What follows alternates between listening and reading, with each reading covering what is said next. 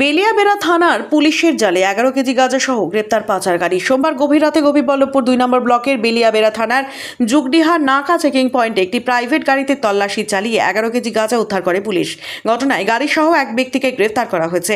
Police সূত্রে জানা গিয়েছে, গোপন সূত্রে খবর পাওয়ার পর যুগডিহা এলাকায় নাকা চেকিং জোরদার করা হয়। সেই সময় উড়িষ্যা থেকে আসা একটি প্রাইভেট গাড়িকে থামিয়ে তল্লাশি চালানো হলে গাড়ির ভেতর থেকে প্রায় 11 কেজি গাঁজা উদ্ধার হয়। গ্রেপ্তার হওয়া ব্যক্তির নাম গোষ্ঠ বিহারী ঘোষ। তার বাড়ি পশ্চিম মেদিনীপুর জেলার খড়গপুর টাউন থানার নিমপুরা এলাকায়। প্রাথমিক তদন্তে পুলিশের অনুমান, উড়িষ্যা থেকে ওই গাঁজা প্রাইভেট গাড়িতে করে খড়গপুরে পাচারের উদ্দেশ্যে নিয়ে যাওয়া হচ্ছিল। পুলিশ প্রাইভেট গাড়িটিও বাজেয়াপ্ত করেছে। ধৃতের বিরুদ্ধে মাদক পাচারের অভিযোগে মামলা রুজু করা হয়েছে। আজ ধৃতকে ঝাড়গ্রাম আদালতে তোলা হবে। পুলিশ জানার চেষ্টা করছে এই পাচার চক্রের সঙ্গে আর কারা জড়িত রয়েছে এবং এর পেছনে বড় কোনো আন্তঃরাজ্য মাদক চক্র সক্রিয় রয়েছে কিনা। ঘটনার তদন্ত শুরু করেছে বেলিয়াবেড়া থানার পুলিশ।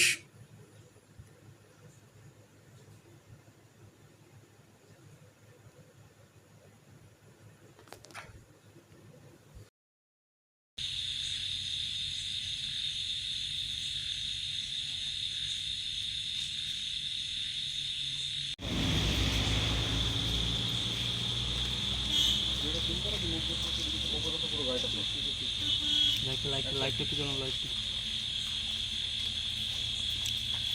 লাইটটা নেই, লাইটটা